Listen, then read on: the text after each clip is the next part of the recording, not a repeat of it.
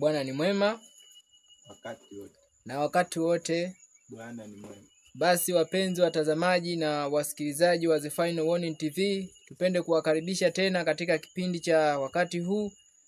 Tuna mambo mengi ya kuangalia katika siku ya leo. Basi niwakaribishe wote ambao mmepata nafasi ya kuweza kukaribia katika media hii ya The Final Warning TV. Wewe ambaye unatutazama moja kwa moja, huenda ni mara yako ya kwanza kabisa, lakini kwa wewe ambaye umekuwa ukitufuatilia, basi leo tena tutakuwa na tafakari ya pekee. Tutakuwa na ujumbe ambao utaendelea kutuonyesha nini cha kufanya, lakini tumefikia wapi katika historia ya ulimwengu huu. Basi pasipo kupoteza muda, niwaalike tupige magoti kwa ajili ya ombi.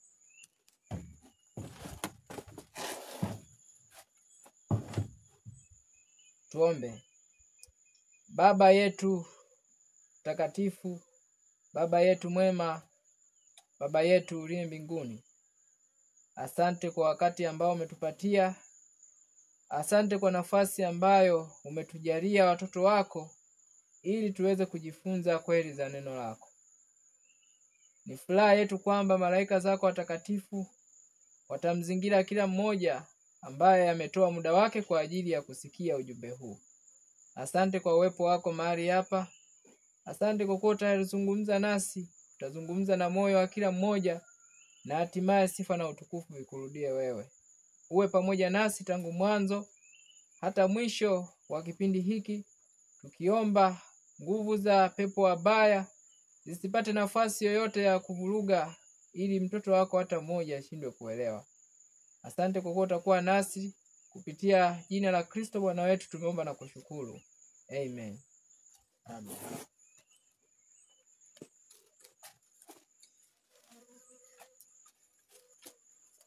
Basi leo tutakuwa na tafakari ya kina sana.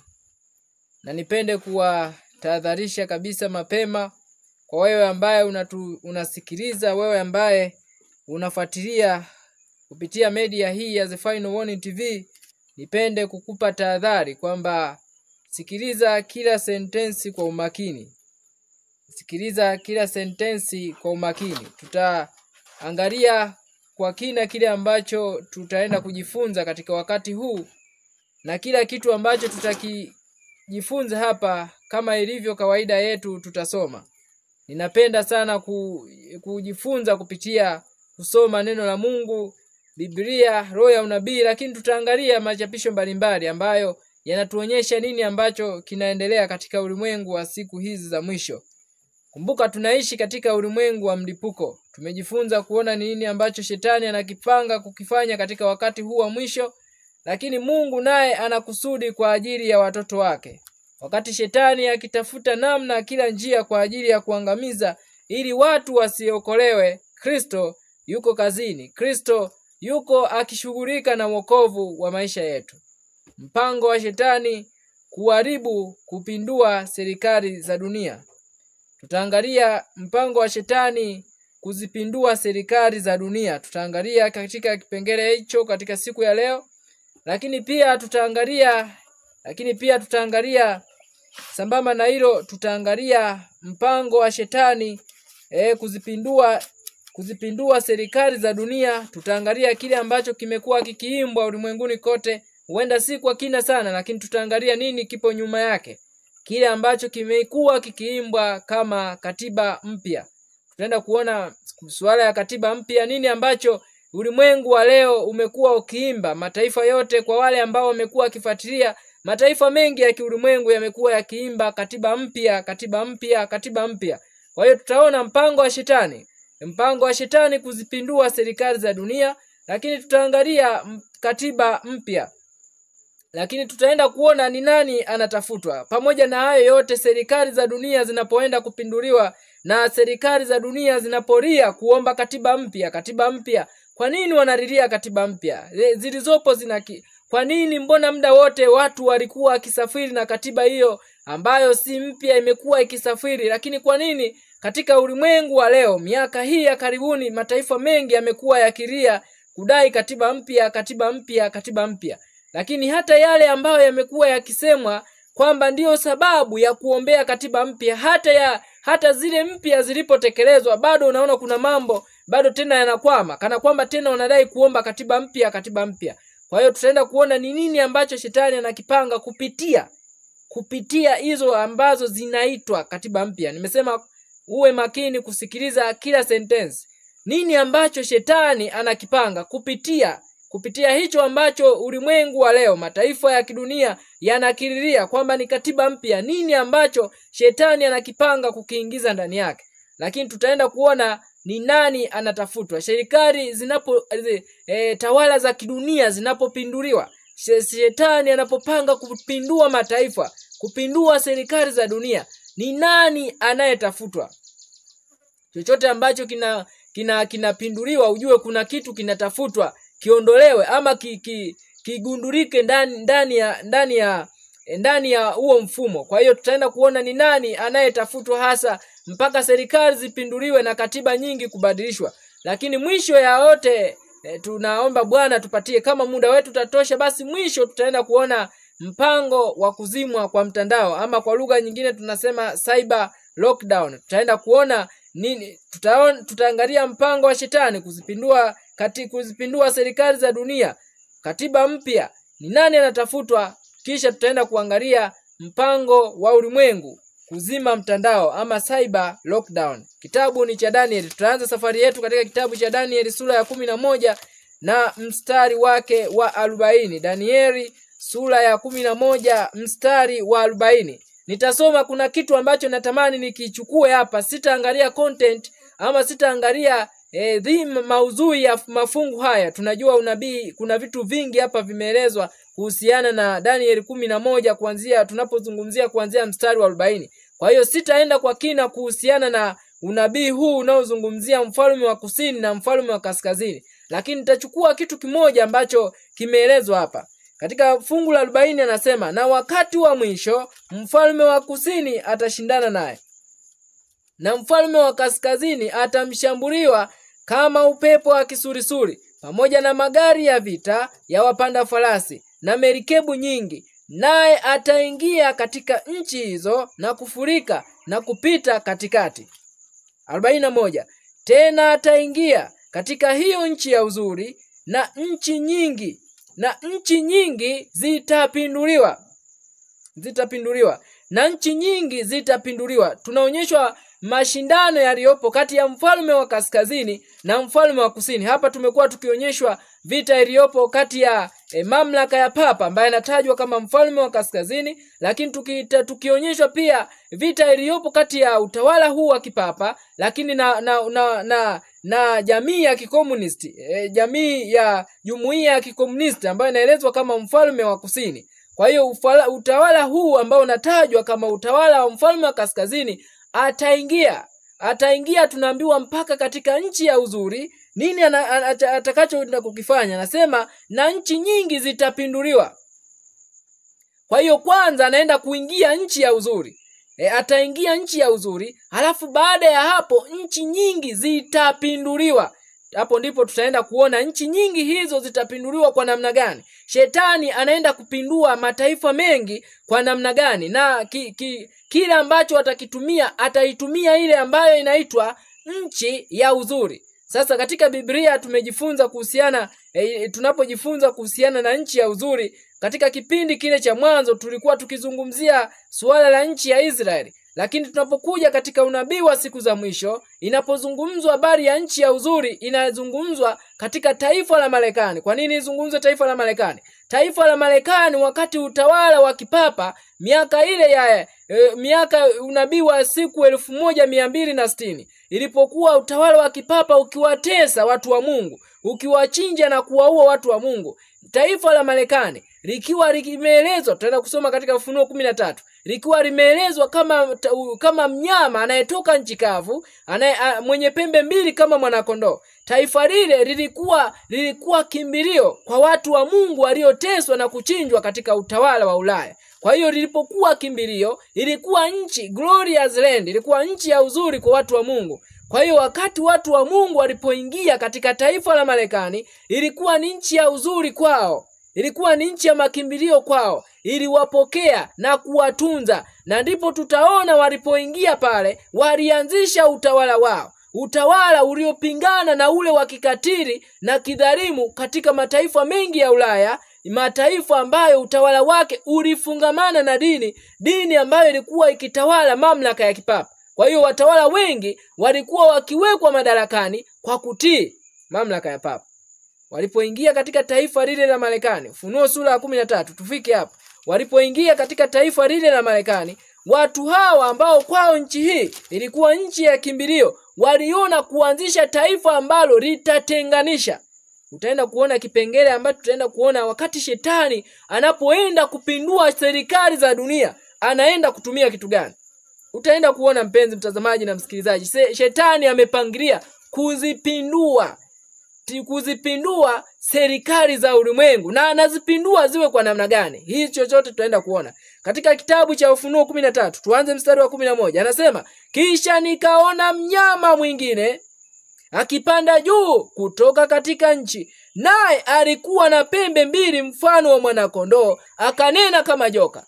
Yohana akionyeshwa mnyama mara ya kwanza, alionyeshwa mnyama aliyetoka katika bahari, aliyefanana na chui, miguu ya dubu, kinywa cha simba. Lakini tunaona anaonyeshwa mnyama wa pili akitoka katika nchi, alikuwa na mfano wa mwana-kondoo. Unajua kondoo ametajwa kuwakilisha mnyama mpole, mnyama muungwana, ikionyesha hali ya uungwana wa taifa lile la nchi ya Marekani. Kumbuka tunapozungumzia mnyama, tumekuwa tukijifunza, tunazungumza swala la utawala. Danieli sura ya 7 mstari wa 17, mstari wa 23, mstari wa 24. Inapozungumza mnyama inazungumza utawala au tawala mbalimbali, serikali. Kwa hiyo utawala huu ulikuwa umefanana na mwana-kondoo. Kwanza nataja ulikuwa na pembe mbili. Sasa pembe hizi mbili ndicho ambacho nitaenda kukuelezea nini ambacho Biblia inakielekeza. Mstari wa 12 anasema, naye atumia uwezo wote wa mnyama yule wa kwanza mbele yake, naye aifanya dunia na wote wakao ndani yake wamsujudie mnyama wa kwanza, ambaye jeraha lake la mauti lilipona. Kumbuka Danieli ametuambia kwamba ataingia katika nchi ya uzuri na nchi nyingi zitapinduliwa. Sasa zinganisha na hili fungu la 12. Fungu la 11 anatuambia kwamba mnyama huyu alikuwa na pembe mbili kama mwana-kondoo. Kwa nini anatajwa alikuwa na pembe mbili kama mwana-kondoo? Nimekueleza mwanzo kwamba watu walioteswa, waliokimbizwa, waliokimbia mateso ya kipindi kile cha mamlaka ya upapa Ulaya, wakati wa Kristo wa kweli walivyokuwa wakiteswa kwa sababu ya wakisimamia kwa uaminifu imani yao. Walipokuwa wakiteswa, watu hawa walikimbia na wakapata taifa ambalo lilikuwa limejitenga, lilikuwa halina watu, walitafuta kimbilio huko. Kwa hiyo watu wengi kutoka Ulaya walifurika katika nchi ya Marekani. Baada ya kukaa watu wengi pale, walianza taifa, waliona kuanzisha taifa lile ambalo litatenganisha dini na serikali. Na huu ulikuwa ni ushauri wa kibibilia. Marko 12 mstari wa 6 na wa 7. Wakati Yesu akiwaambia, hebu tufike hapo. Kuna kitu natamani tukisome. Huu ulikuwa ni ushauri wa kibibilia. Ulikuwa ni ushauri wa kibibilia kabisa, ambapo dini na serikali. Marko 12 mstari wa 17. Tusome hapo. Anasema tuanze 15. Hebu tuone content ya hichi ambacho Yesu aliulizwa. 14. Wakatuma kwake baadhi ya Mafarisayo na Maherode ili wamnase kwa maneno. Hata walipofika wakamwambia, Mwalimu, twajua ya kuwa wewe mtu wa kweli, wala hujali cheo cha mtu, kwa maana hutazami sura za watu, lakini katika kweli waifundisha njia ya Mungu. Je, ni halali kumpa Kaisari kodi au sio? 15. Tumpe tusimpe? Hilo ni swali ambalo Kristo aliulizwa. Naye akijua unafiki wao, alimuuliza kwa unafiki, wakiwa na jibu tayari. Naye akijua unafiki wao akawaambia, mbona mnanijaribu? Nileteeni dinari nione. Wakaileta, akawaambia, ni ya nani sanamu hii na anwani hii? Wakamwambia, ni ya Kaisari.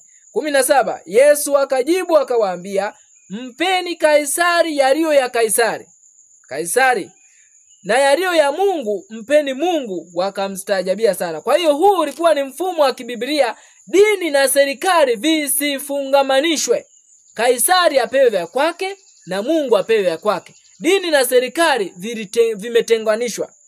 Kwa hiyo watu hao waliokimbia taifa la Marekani waliona kuanzisha taifa ambalo litatenganisha dini na serikali. Ndiyo inatajwa ya kwamba mfano pembe mbili kama mwanakondoo. Hata leo nchi ya Marekani tunaona ni nchi ambayo ina vyama viwili tu. Watu hatujiulize, lakini tukija katika nchi kama Tanzania kuna vyama vingi. CCM, Chadema, Chauma, vyama vingi sana, lakini taifa la Marekani lina vyama viwili tu vya kisiasa. Kwa nini kuna vyama viwili? Vyama cha Republican, lakini bado kuna Democratic. Na chama kimoja kilikuwa ni chama hiki ambacho ndiyo Republican. Democratic msingi wake ilikuwa ni chama cha Protestantism. Kwa hiyo kilikuwa ni chama cha kidini. Ilikuwa ni msingi uliotenganisha dini na serikali. Pembe mbili mfano wa mwanakondoo. Lakini kitu cha ajabu tunaambiwa akanena kama joka. Sasa angalia katika mstari wa pili wa Ufunuo hii 13. Tunapoonyeshwa mnyama wa kwanza tunaambiwa mnyama huyu alikuwa kama chui, mwenye miguu ya dubu, mwenye kinywa cha simba, alafu joka akampa nguvu zake. Lakini mnyama wa pili tena, kitu cha kushangaza, mnyama wa pili tena alikuwa na pembe mbili mfano wa mwanakondoo, lakini akanena kama joka. Kwa hiyo kitu pekee ambacho unaweza kukiangalia hapa, wanyama hao wote wawili walikuwa na uhusiano na joka. Wote wawili. Mnyama wa kwanza alikuwa na uhusiano wa joka. Mnyama wa kwanza tena yeye alipewa nguvu na joka. Angalia, mnyama wa kwanza anapewa nguvu na joka. Mnyama wa pili ananena kama joka. Mnyama wa pili ananena kama joka. Lakini mnyama yule wa kwanza anapewa nguvu na joka. Huyu joka ni nani? 12 Ufunuo fungu la 9. Yule nyoka akatupa, yule mkubwa wa zamani, aitwaye Ibilisi na Shetani, audanganyaye ulimwengu wote, akatupa pamoja naye. Kwa hiyo naona ya kwamba joka ni Shetani. Ndiye ambaye anaitwa Ibilisi na Shetani, anayeudanganya ulimwengu wote. Sasa twende pamoja. Tumeonesha kwamba utawala huu fungu la 12, tufike fungu la 12 la Ufunuo hii 13.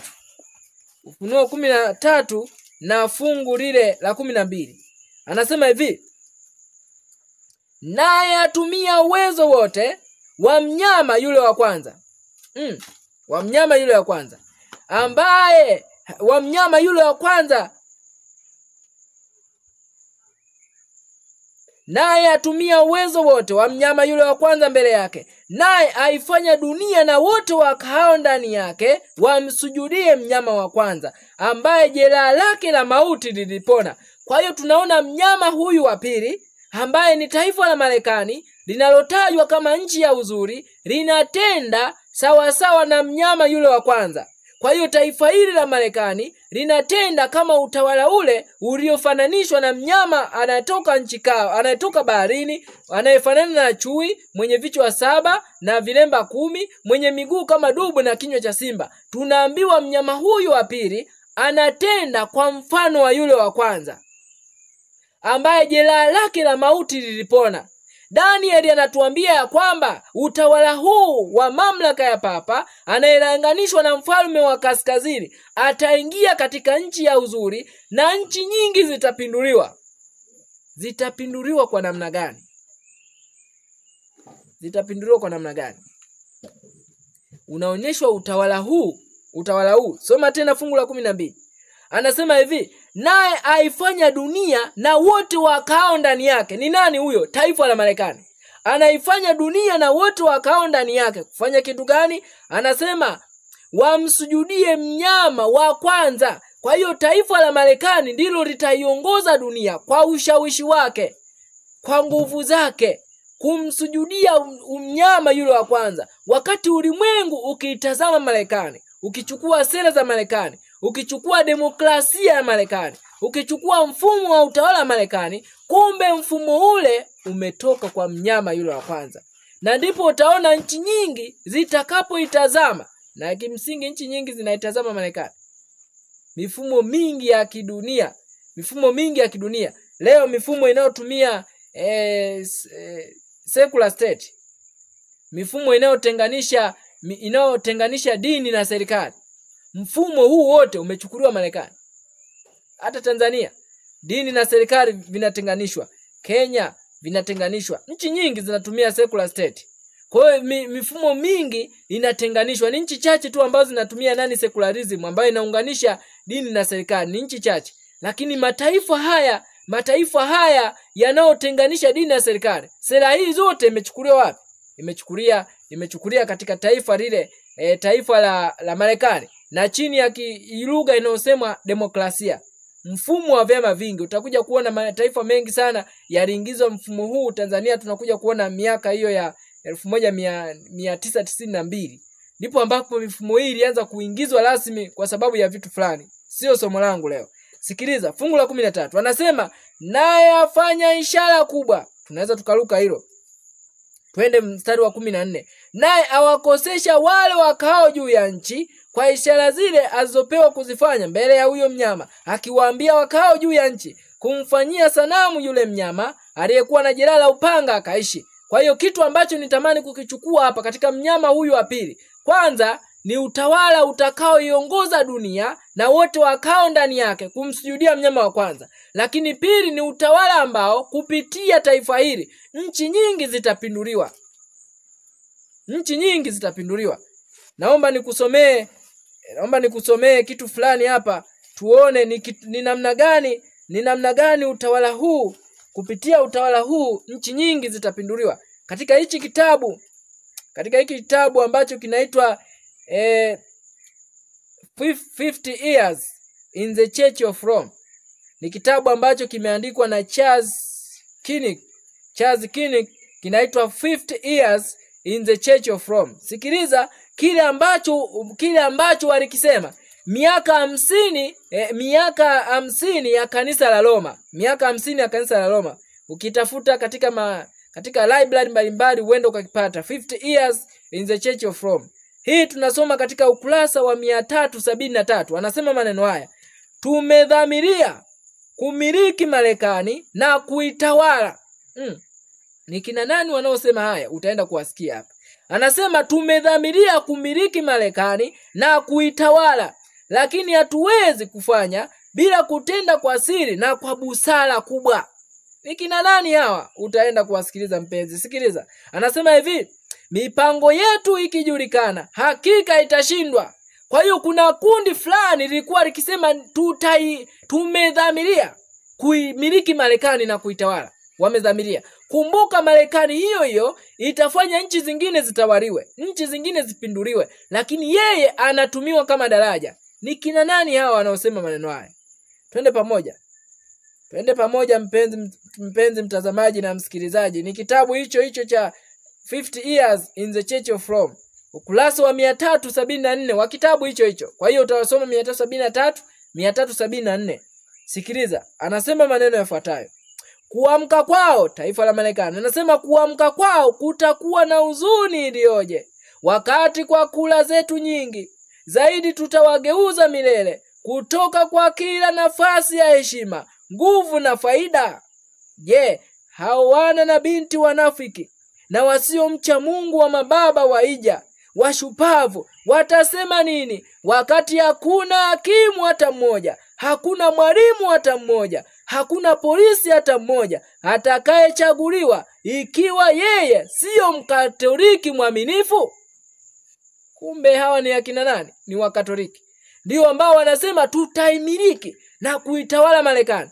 Na wanakuambia hawa wafanyakazi wote Marekani itakuja kuinuka kuona ya kwamba hakuna mwalimu, hakuna polisi, wote watakuwa ni Wakatoliki. Utasema mbona bado hiyo? Utaona mpenzi mtazamaji, mifumo ya kidunia itazidi kukazwa. Utaenda kuona kabisa kuna watu watatengwa katika mifumo hiyo, kuna watu watachomolewa kabisa katika mifumo hiyo.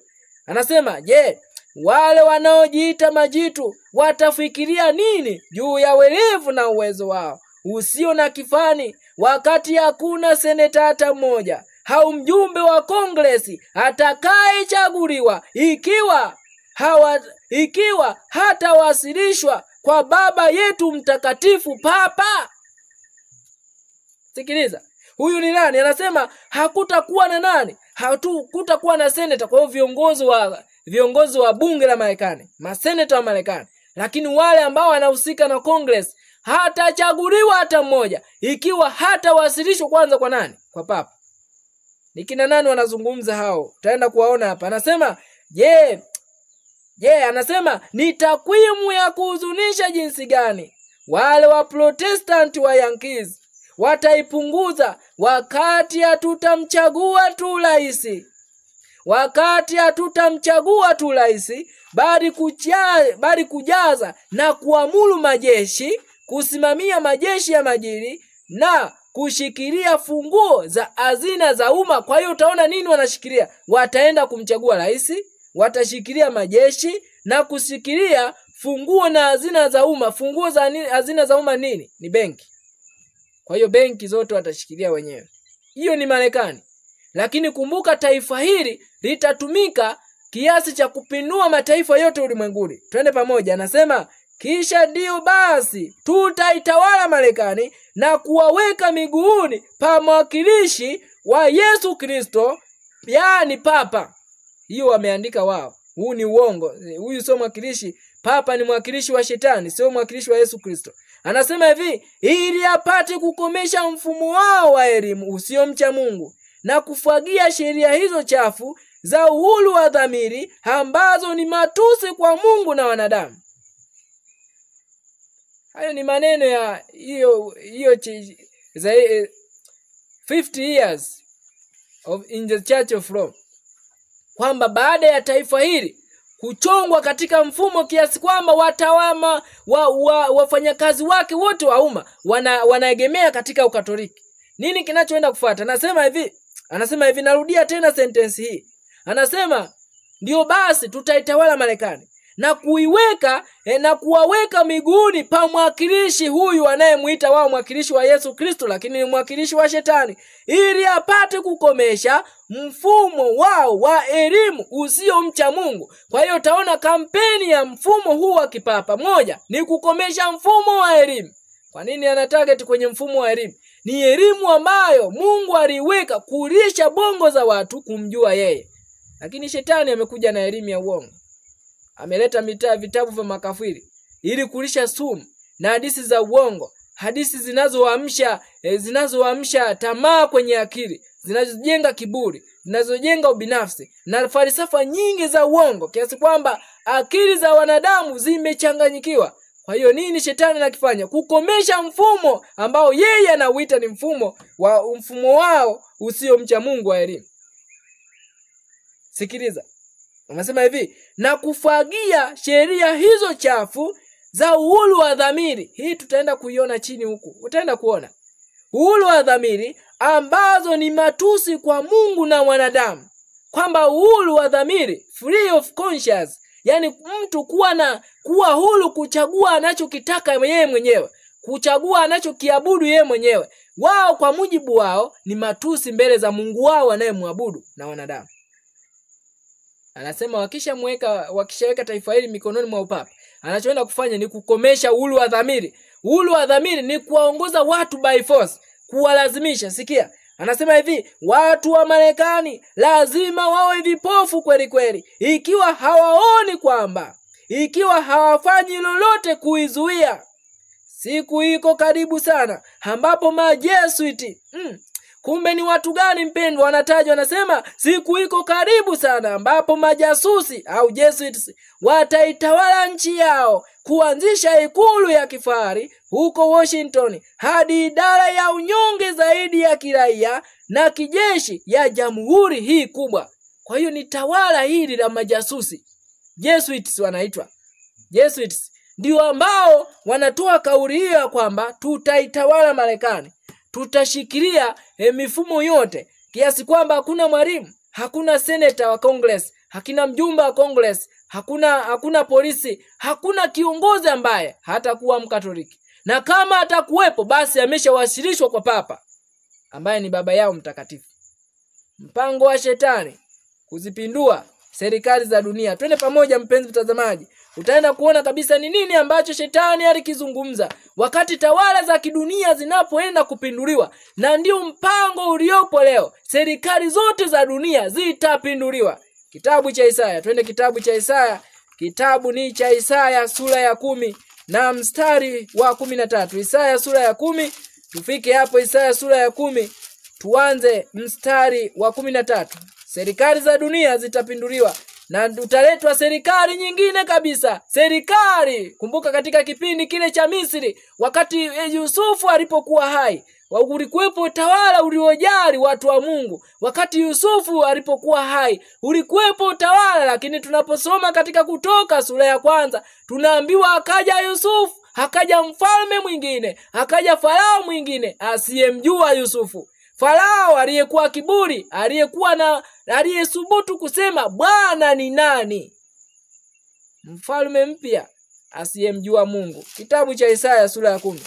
Kitabu cha Isaya sura ya 10:12 anasema hivi: basi itakuwa Bwana atakapokuwa ameitimiza kazi yake yote juu ya mlima Sayuni na juu ya Yerusalemu, nitayaadhibu matunda ya kiburi cha moyo wa mfalme wa Ashuru na majivuno ya macho yake. 13. Kwa maana amesema. Huyu nani amesema? Mfalme wa Ashuru. Sikiliza mfalme wa Ashuru alichokisema na nitakuonyesha ni mfalme gani huyu wa Ashuru. Ni nani anazungumzwa hapa? Mfalme wa Ashuru amesema. Amesemaje? Sikia. Mfalme wa Ashuru, kwa maana amesema, kwa nguvu za mikono yangu nimetenda jambo hili, na kwa hekima yangu, maana mimi nina busara. Au kumbuki maneno hayo ambayo tumeyasoma kwenye kitabu cha 50 years in the Church of Rome. Anasema lazima tulifanye jambo hili kwa busara kubwa. Mfalme wa Ashuru anasema, kwa maana mimi nina busara, nami nimeiondoa mipaka ya watu. Mipaka ya watu. Kitabu cha Marko 12 mstari wa 17, Yesu alisema, ya Kaisari mpeni Kaisari, ya Mungu mpeni Mungu. Lakini mfalme wa Ashuru anakuja kusema, nimeondoa mipaka ya watu, nimeondoa dhamiri za watu, nimekandamiza dhamiri za watu, nimeondoa free of conscience. Hakuna uhuru wa dhamiri. Kwa maana nimeondoa mipaka ya watu. Sikiliza, anasema hivi, nimeondoa mipaka ya watu, nimeziteka akiba zao. Nimeziteka akiba zao. Kumbuka kwenye kitabu hiki cha 50 years in the Church of Rome anasema watashikilia funguo za hazina za umma, ambako watu wanaweka akiba zao. Na mfalme huyu ameenda kuziteka. Watu wameweka akiba zao katika hazina za umma, alafu funguo anashikilia mfalme wa Ashuru. Na watu wameweka akiba zao. Tutaenda kuona. Sikiliza, anasema hivi, nikawaangusha waketio juu ya viti vya enzi kama afanyavyo shujaa. Waketio juu ya viti vya enzi na kina nani? Maraisi, watawala, mawaziri wameketi juu ya viti vya enzi. Mfalme wa Ashuru anasema nimewaangusha. Kwa sababu gani? Amepindua tawala zote za dunia zifanane na mfumo anaotaka yeye. Sikia fungu la 14. Anasema, na mkono wangu umezitoa mali za mataifa kama katika kioto cha ndege. Mali zote za mataifa. Kumbuka twende kitabu cha Ufunuo 18. Ufunuo sura ya 18 mstari wa 3. Ufunuo 18 mstari wa 3. Anasema hivi, tuanze 12. Akalia kwa sauti kuu akisema, umeanguka, umeanguka Babeli ule mkuu. Umekuwa maskani ya mashetani na ngome ya kila roho mchafu na ngome ya kila ndege mchafu mwenye kuchukiza. Kwa kuwa mataifa yote wamekunywa mvinyo wa ghadhabu ya uasherati wake, na wafalme wa nchi wamefanya nini? Wamezini naye, na wafanyabiashara wa nchi wamepata mali kwa nguvu za kiburi chake. Huyu ni nani anazungumzwa? Anazungumza utawala wa Babeli. The Great Controversy, chapter 21, kitabu cha Pambano Kuu, nakala ya kitabu kidogo. ukurasa wa 319 mpaka 320, tunaambiwa utawala huo anayetajwa kuwa ni Babeli ni utawala wa mamlaka ya papa. Nini amepata? Mataifa, wafalme wa dunia, wafanyabiashara wa dunia ambao leo ulimwengu unawaita matajiri wa dunia, wamepata mali kwa nguvu ya kiburi chake. Huku anajisifu anasema na mkono wangu umezitoa mali za mataifa kama katika kioto cha ndege. Kama kioto cha ndege anasema, na kama vile watu wakusanyavyo mayai yaliyoachwa. Amezichukua mali zote za mataifa. Yani kana kwamba hakuna mlinzi wa kuzilinda. Kwa sababu gani? Watawala wa dunia ameshawapindua. Ameweka watawala ambao wanakubaliana na yeye. Mpango huu wa kuzipindua serikali za dunia ni mataifa yote ya ulimwengu yafanane, watawala wote wa ulimwengu wabebe akili na nia ya mfalme wa Ashuru. Na utaenda kuona hakutakuwepo na rais, hakutakuwepo na waziri, hakutakuwepo na mbunge ambaye atakubaliwa kuwekwa. Hakutakuwepo, yani kila kiongozi, hakutakuwepo hata mmoja ambaye hatakubali kumtii papa. Hatua kwa hatua, wale wote ambao watapingana na mamlaka hii watachomolewa. Katika hatua hii ya kuzipindua serikali za dunia zifanane na utawala huu wa kipapa, watawala wote wa dunia ambao watapingana na ajenda zake watapinduliwa kwa amani au kwa vurugu. Ikiwa atagoma kutoka kwa amani, vurugu itatumika tu mpaka atoke. Twende pamoja. Anasema hivi. Ndivyo nitaka, turudie hapa. Anasema nami na mkono wangu umezitoa mali za mataifa kama katika kioto cha ndege, na kama vile watu wakusanyavyo mayai yaliyoachwa, ndivyo nilivyoikusanya dunia yote. Ndivyo nilivyoikusanya dunia yote. Ni nini ambacho anakieleza? New World Order. Mpango mpya wa ulimwengu. Serikali moja ya ulimwengu. Dini moja ya ulimwengu. One world system of money. Ndivyo nilivyoikusanya dunia yote. Hivyo ndio, kumbuka funguo za hazina za umma amezishikilia yeye. Na wamesema watashikilia. Wameshikilia funguo za hazina za umma ambapo watu wanaenda kutunza mali zao. Yani sawa leo ni swala azae watoto wake anaenda kuwatunza kwenye banda la simba. Ndio anaenda kuwatunza huko. Swala anaenda kutunza watoto wake huko. Mbuzi naye anatunza huko. Ng'ombe naye anatunza huko. Kila akienda nakuta mmoja hayupo, anamwambia alikufa na ugonjwa. Akienda tena kondoo naye anakunja. Yani ndio mchezo uliopo. Unatunza pesa kwenye kibubu, alafu unampa mtu akutunzie kibubu na unamkabidhi funguo. Alafu nadhani yeye atalala njaa. Eti hana chakula, kibubu anacho, funguo anayo, kirahisi.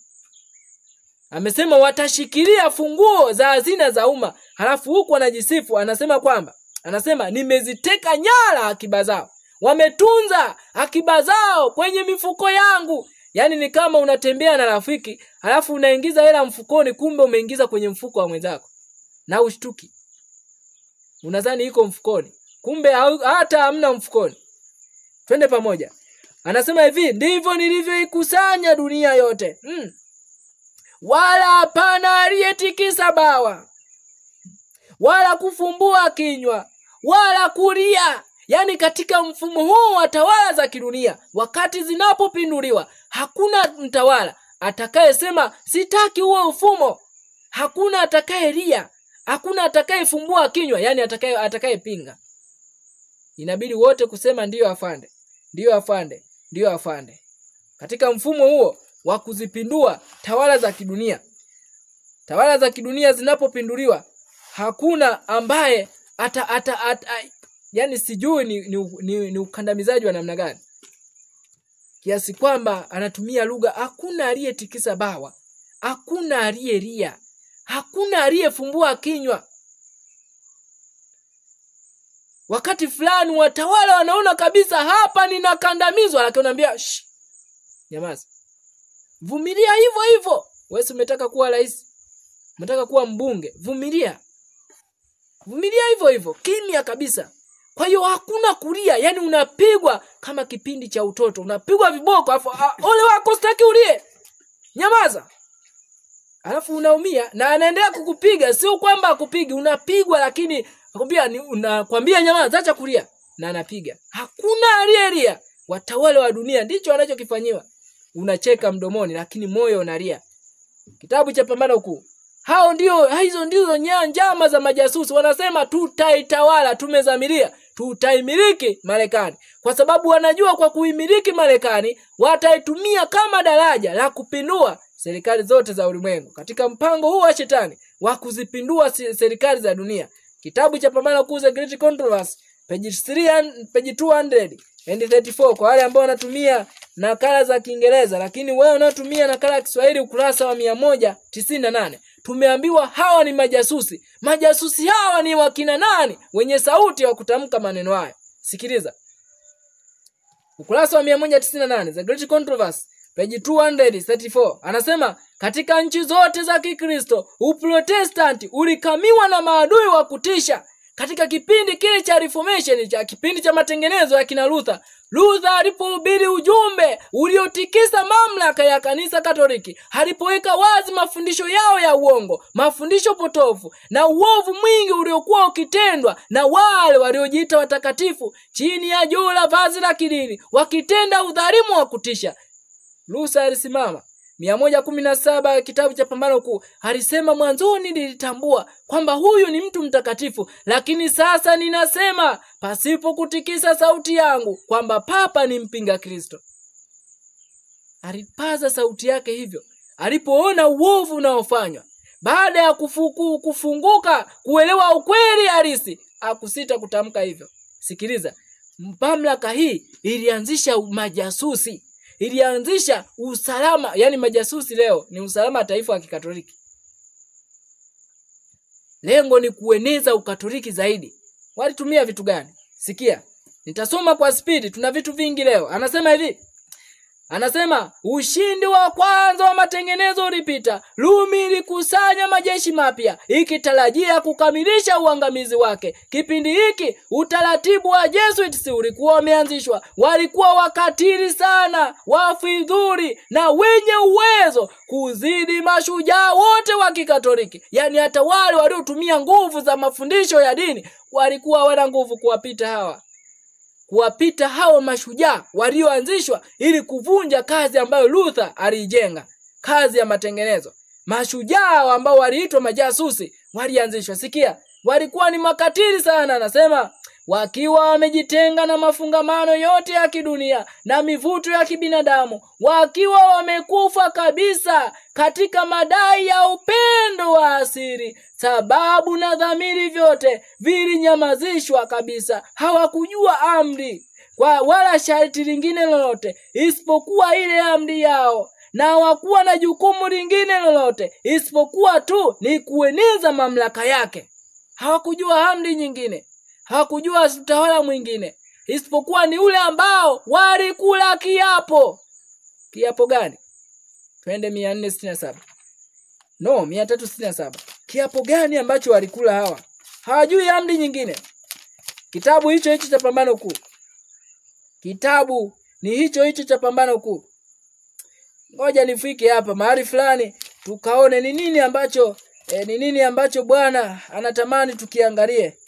Ni nini ambacho Bwana anatamani tukiangalie? Hawajui amri nyingine isipokuwa ile ambayo kiapo hichi walikula. 467 sura ya 35 467. Angalia katika aya ile ya mwisho kabisa, anasema hivi, aya ya mwisho aya ya pili kutoka chini kabisa. Anasema hivi, kila kardinali, askofu mkuu na askofu msaidizi katika kanisa Katoliki hula kiapo cha utii kwa Papa, ambacho ndani yake kina maneno yafuatayo. Maneno gani? Anasema wazushi, wafarakanishaji na waasi kwa asemacho Bwana wetu, yani Papa, au mtangulizi wake, nitatesa na kupinga kwa uwezo wangu wote. Hiyo ndio amri wanaoifahamu wao. Hawajui amri nyingine. Wale watakaopinga bwana wao, ambaye bwana wao ni Papa, watatesa na kuwapinga kwa nguvu zao zote. Wakishindwa nguvu za kimwili, za kiroho, wakishindwa nguvu za kimawazo, watatumia nguvu za kimwili.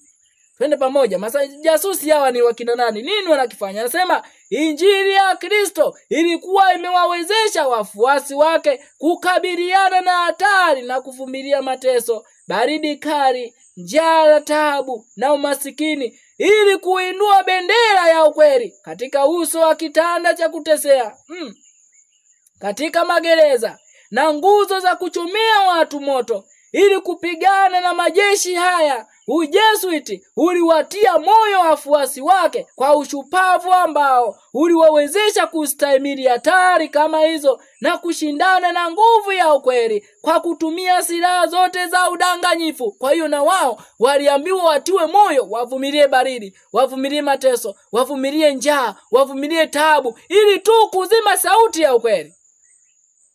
What madness is this? Yani mtu anavumilia vyote, mateso kama hayo, ili tu aweze kuingia motoni. Sisemi kwamba ni njia bora, lakini sasa ni heri mtu hata angekuwa anazini, anakunywa pombe, yani anavumilia mateso ili tu aende motoni. Bwana awafungue watu hawa. Sikia, anasema hakukuwa na kosa lolote kubwa kwao kutenda, wala hapakuwepo udanganyifu wowote wa kuchukiza sana kwao wa kufanya, wala wakuona tatizo lolote kubwa kwao la kuficha.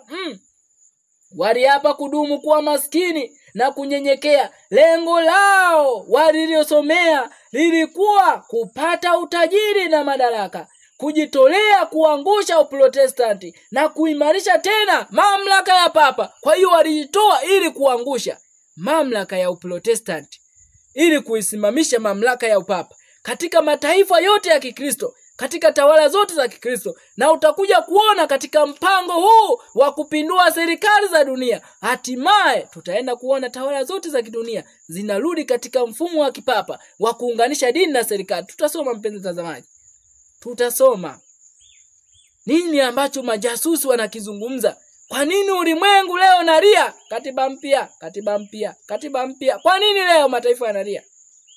Nini wanachokitafuta? Nini wanachokitafuta? Anasema wakati wakitokea kama wanajumuiya, wakitekeleza agizo lao, walivalia vazi la wema na utakatifu, wakizuru magereza na hospitali, wakiwahudumia wagonjwa na maskini.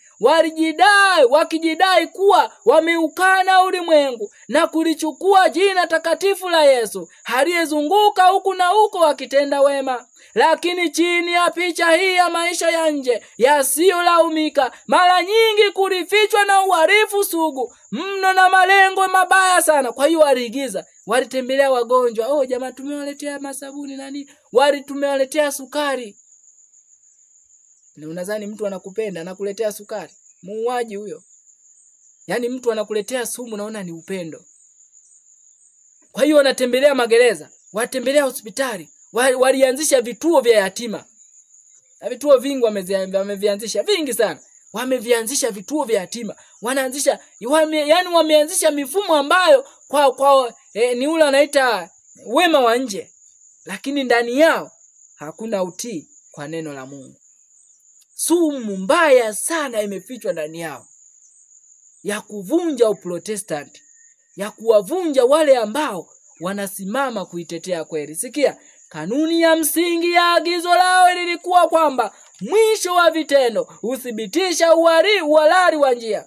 Kwa kanuni hii, wakati walipokuwa wakishughulikia mambo ya kanisa, kuongopa, kuiba, kosa la kusema uongo badala ya kuwapa kusema ukweli, mauaji ya watu maarufu, si tu kuwa yalisamehewa, lakini pia yalisifiwa. Kwa hiyo walitumia kuwaua watu maarufu waliokuwa ni wasema kweli. Hapo utaona wa Protestanti waliokuwa ni wahubiri wa ukweli, watu wachungaji kujitoa kuhubiri ukweli.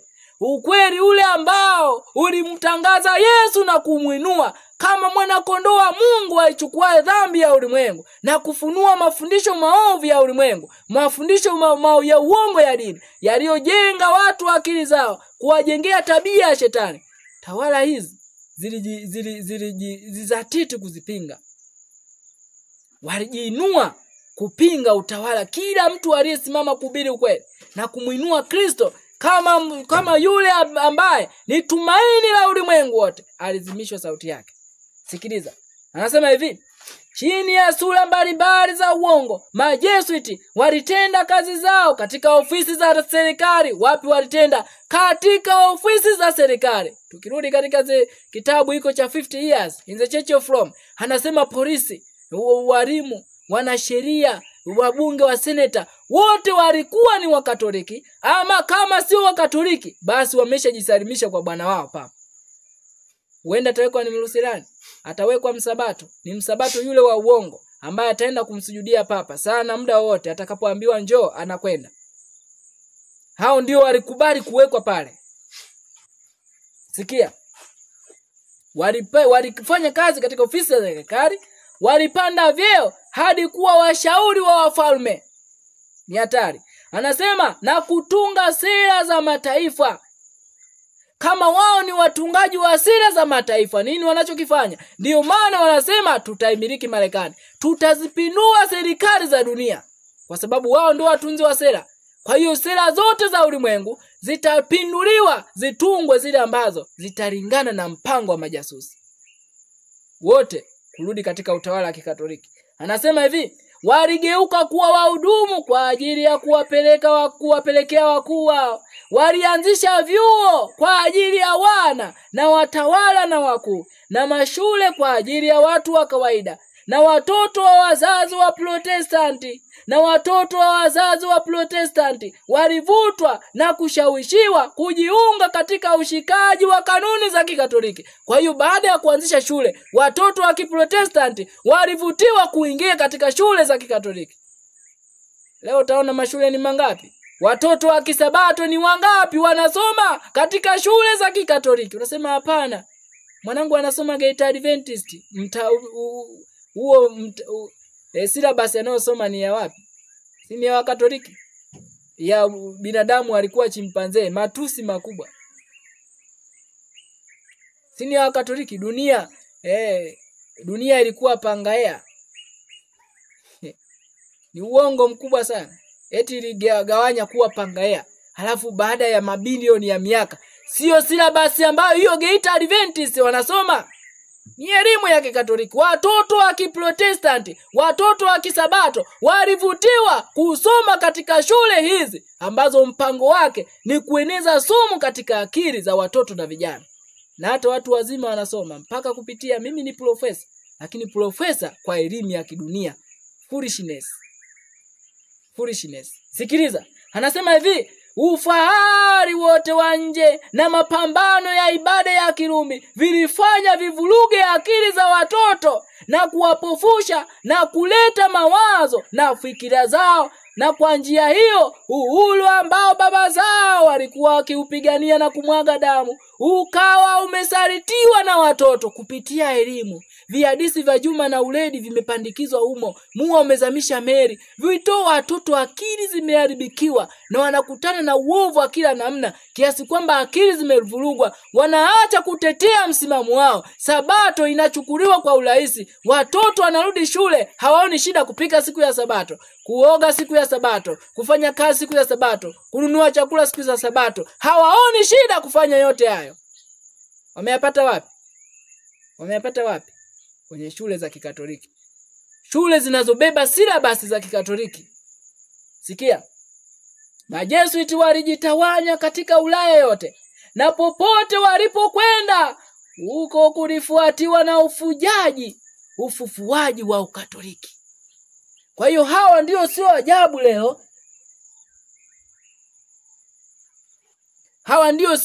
leo. Tunaona ya kwamba anasema tutaitawala. Tutaitawala Marekani. Tutaimiliki Marekani. Namna gani wataimiliki Marekani? Sikiliza. Wana mpango mkubwa mno wapenzi watazamaji. Mpango wa majasusi. Tutaenda speed wapenzi, tuna vitu vingi. Lakini muda wetu unakimbia, tuna vitu vingi. Nini ambacho waliwaza kingine kukifanya? Ambacho kitaenda utaona ndicho ambacho utawala wa kidunia unalilia leo. Utawala wa kidunia unalia leo. Kitu gani ambacho majasusi hao wanakifanya? Sikiliza. the history, the 50 years of in the Church of Rome. Leo tutaenda kuangalia ukurasa wa 388. Ni nini ambacho nakifanya? Wanasema watajenga mfumo wa kuanzisha vita ya wenyewe kwa wenyewe. Hakuna vita isiyokuwa na sababu. Narudia tena. Hakuna vita isiyokuwa na sababu. Jesuit wakiwa na order out of chaos, wanatengeneza machafuko, wanatengeneza vurugu, wanatengeneza wanatengeneza fujo. Alafu wao ndio wanakuja mstari wa mbele kuonyesha kana kwamba wana suluhu. Lakini wao ndio wasababishi. Huo ndio mpango wa majasusi. Wao ndio wachochezi, alafu wanakuja na suluhu. Sikiliza, vita wenyewe kwa wenyewe ndio mchezo wao wa kutengeneza. Alafu anasema sasa hapa tutafanya hivi. Makatili wamesema wamekufa kabisa kwenye upendo wa kibinadamu. They can't love. Sikia, anasema vita ya wenyewe kwa wenyewe. Vita hivi haingewezekana kamwe bila ushawishi mbaya wa majesuiti. Tuna deni kwa upapa kwamba sasa tunaona ardhi yetu ikiwa nyekundu kwa damu ya wanawe waungwana. Hiyo ilikuwa ni Marekani. Lakini kila ulimwengu kote, pale ambapo wataona ugumu, wataanzisha machafuko ili kutengeneza mfumo wanaotaka wao, kupindua mamlaka za kidunia. Utaelewa tu mbele ya safari. Anasema hivi, ingawa kulikuwa na tofauti kubwa za maoni kati ya kusini na kaskazini juu ya suala la utumwa, si Jeff Davis au mtu yeyote wa viongozi wa shirikisho ambaye angesubutu kushambulia kaskazini kama wangetegemea ahadi ya majesuiti kwamba chini ya kifuniko cha demokrasia, fedha na silaha za Wakatoliki wa Kirumi, hata silaha za Ufaransa kama zingekuwa chini yao. Kwa hiyo nini wanakijenga? Wanakianzisha kile ambacho kinaitwa vita ya wenyewe kwa wenyewe. Kwa hiyo mnauana wenyewe kwa wenyewe, alafu wao wanaleta suluhu. Huo ndio mpango wa majesusi. Order out of chaos. Hakuna vurugu isiyokuwa na sababu. Hakuna vita isiyokuwa na sababu. Hakuna machafuko yasiyokuwa na sababu. Kila machafuko, kila vita, kila namna inayokuja vita machafuko ina mpango wake, ina vurugu zake, na kila namna zote ni kuleta ni kuleta mfumo ule ambao utakuja kuanzisha serikali mpya, kuzipindua mamlaka mpya. Na tunavozidi kwenda, serikali za dunia leo zinalia katiba mpya, katiba mpya, katiba mpya, katiba mpya. Kuna nini ndani ya katiba mpya? Kuna nini ndani ya katiba mpya? Twende pamoja tuangalie kitabu hiki, 50 years in the Church of Rome. Nikusihi tu, kama utaweza kukipata kitafute. Kama utaweza kukipata kitafute. 50 years in the Church of Rome. Hapa tutaenda kusoma katika ukurasa wa 375. 375 wa kitabu hiki cha 50 years in the Church of Rome. Anasema hivi, sikiliza. Charles Kinnick anaendelea kukusema hivi, Roma iko katika njama za mara kwa mara dhidi ya haki na uhuru wa mwanadamu duniani kote. Lakini yuko hivyo hasa Marekani. Tumesoma kule mwanzoni anasema wataondoa mafundisho yale machafu ya uhuru wa dhamiri ambayo wao wanasema ni matusi kwa Mungu na wanadamu. Kwamba mwanadamu hataki kuwa huru, anatakiwa kuwa controlled as a robot. Huo ndio mpango wao. Sikiliza. Anasema hivi, muda mrefu kabla sijatawazwa kuwa kasisi, nilijua kwamba kanisa langu lilikuwa adui asiyefaa zaidi wa jamhuri hii.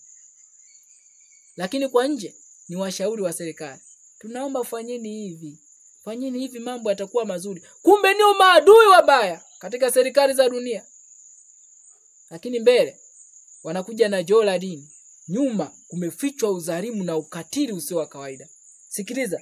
Kwa sababu gani? Sikiliza katika kitabu cha Ufunuo, katika kitabu, wakati leo mauaji yanatokea mataifa mengi, wanaolaumiwa sio wanaotekeleza. Sikiliza, kitabu cha Ufunuo. Ninakupatia Biblia na Biblia peke yake. Kitabu cha Ufunuo 18. Ufunuo 18, mstari ule wa 24, mstari wa 24. Anasema hivi, ndani ya Babeli Utawala wa Babeli umetajwa katika Ufunuo 18. Anasema na ndani yake ilionekana damu ya manabii na damu ya watakatifu na ya wote waliouawa juu ya nchi.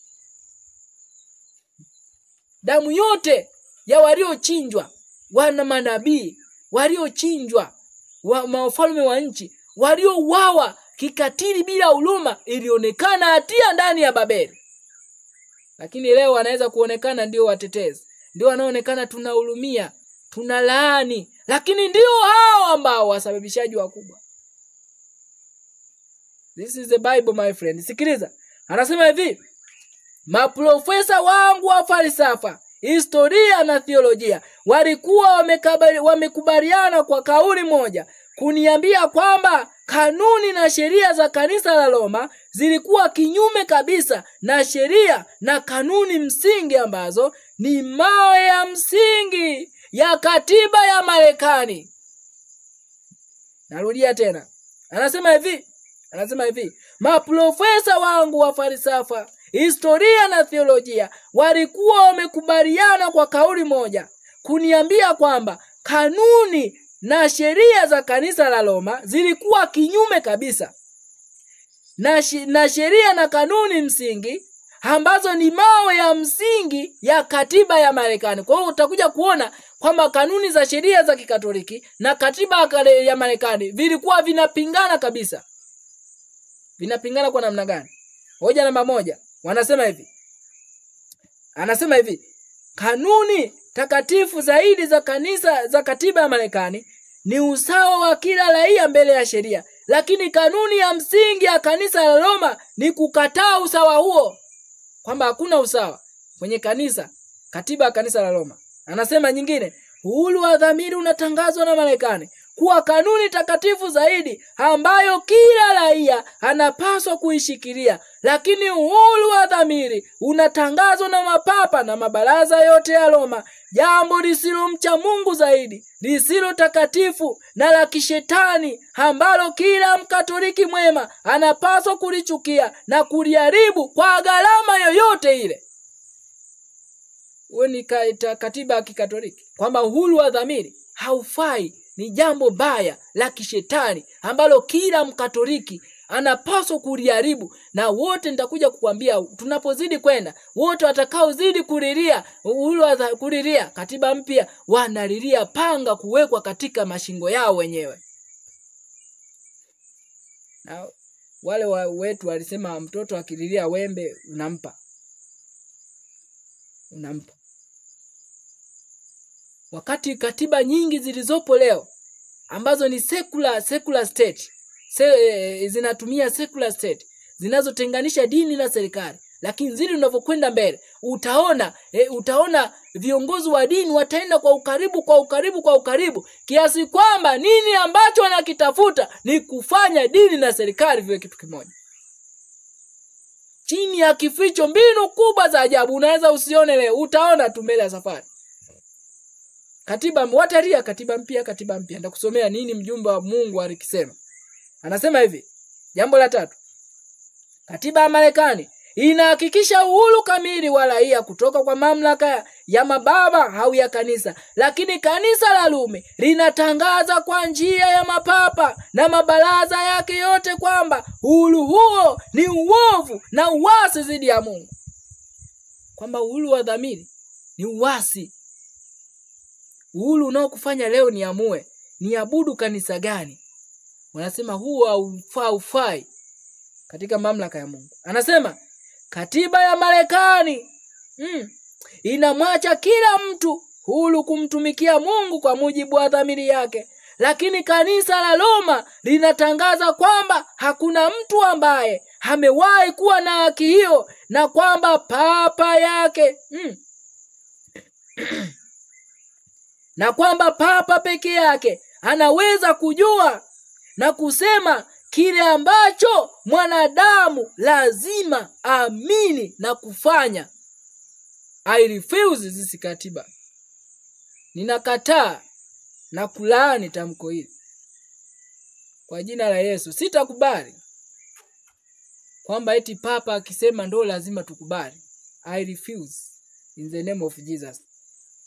Hii ndio katiba ya Marekani. Kumbuka katiba ya Marekani ni role model ya katiba nyingi ama zote zinazotumia secularism. Zote zinazotenganisha dini na serikali. Inaangalia role model Marekani. Na tunaambiwa mfalme wa kaskazini, mamlaka ya papa, ataingia katika nchi ya uzuri na nchi nyingi zitapinduliwa. Testimonies for the Church. Testimonies for the Church. Volume 5. 753. Paragraph ya pili. Shuhuda kwa kanisa gombo la 5, ukurasa wa 753 aya ya pili. Anasema hivi: we are standing on the threshold of great and solemn events. Tunasimama katika kizingiti cha matukio makubwa na mazito. Anasema prophet is fast fulfilling. Unabii unatimia haraka. The Lord is at the door.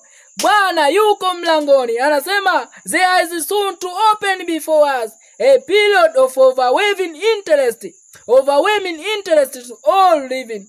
Anasema muda si mrefu itafunuliwa mbele yetu matukio ya kushangaza kwa wote watakao kuwa hai. The controversies of the past are to be revived. Mapambano yaliyopita, magogoro iliyopita itaenda kufufuliwa tena. Mapambano ambayo yalipita zamani yanaenda kurejeshwa tena. Mateso yaliyopita zamani yanaenda kurejeshwa tena. Anasema new controversy will realize, na mapambano mapya yataibuka. Kwa hiyo kuna yale ya zamani, kuna mapya tena yanaenda kuibuka. Anasema the scenes to be enacted in our world are not yet even dreamed of. Matukio ambayo yataenda kuonekana, yataenda kuanzishwa katika ulimwengu wote, hata bado hatujayaota. Yani hata kuota hatujayaota. Anasema Satan is at work through human agencies. Shetani yuko kazini kupitia mawakala wa kibinadamu. Those who are making an effort to change the constitution. Sikiliza. Those who are making an effort to change the constitution and secure a law enforcing Sunday observance little realize what will be the result. Anasema wale ambao wanafanya jitihada zao ili kubadilisha katiba na kupata sheria itakayolazimisha utunzaji wa Jumapili, wanatambua kidogo matokeo yake. Utaona katiba nyingi wanazozililia. Nini kitakuja kuhitimishwa? Sunday observance. Sheria ya Jumapili. Kwa sababu itaenda kuondoa mfumo wa secularism na kuweka nani secularism. Utamkutanisha Kaisari na Mungu wakae pamoja. Haiwezi kuwezekana. Lakini huo ni mpango wa Shetani kuzipindua serikali za dunia, kuziweka katika mfumo anaotaka yeye. One world religion, one world government, one world system of money. Na mifumo yote kuiweka katika mfumo mmoja. Ndivyo katika kitabu cha Isaya mfalme wa Ashuru anavyojisifu, anasema ndivyo nilivyoikusanya dunia yote. Nimeikusanya kama mayai yaliyoachwa, kama vile ndege, kama mtu akusanyavyo mayai yaliyoachwa kwenye kiota. Ndivyo nilivyoshusha mashujaa, nilivyowashusha wenye viti vya enzi. Waliwekwa tu watawala ambao ni vivuli, ila kiongozi nilikuwa mimi. Kiongozi nilikuwa mimi. Huo ndio utawala ambao Shetani anatamani kuuanzisha.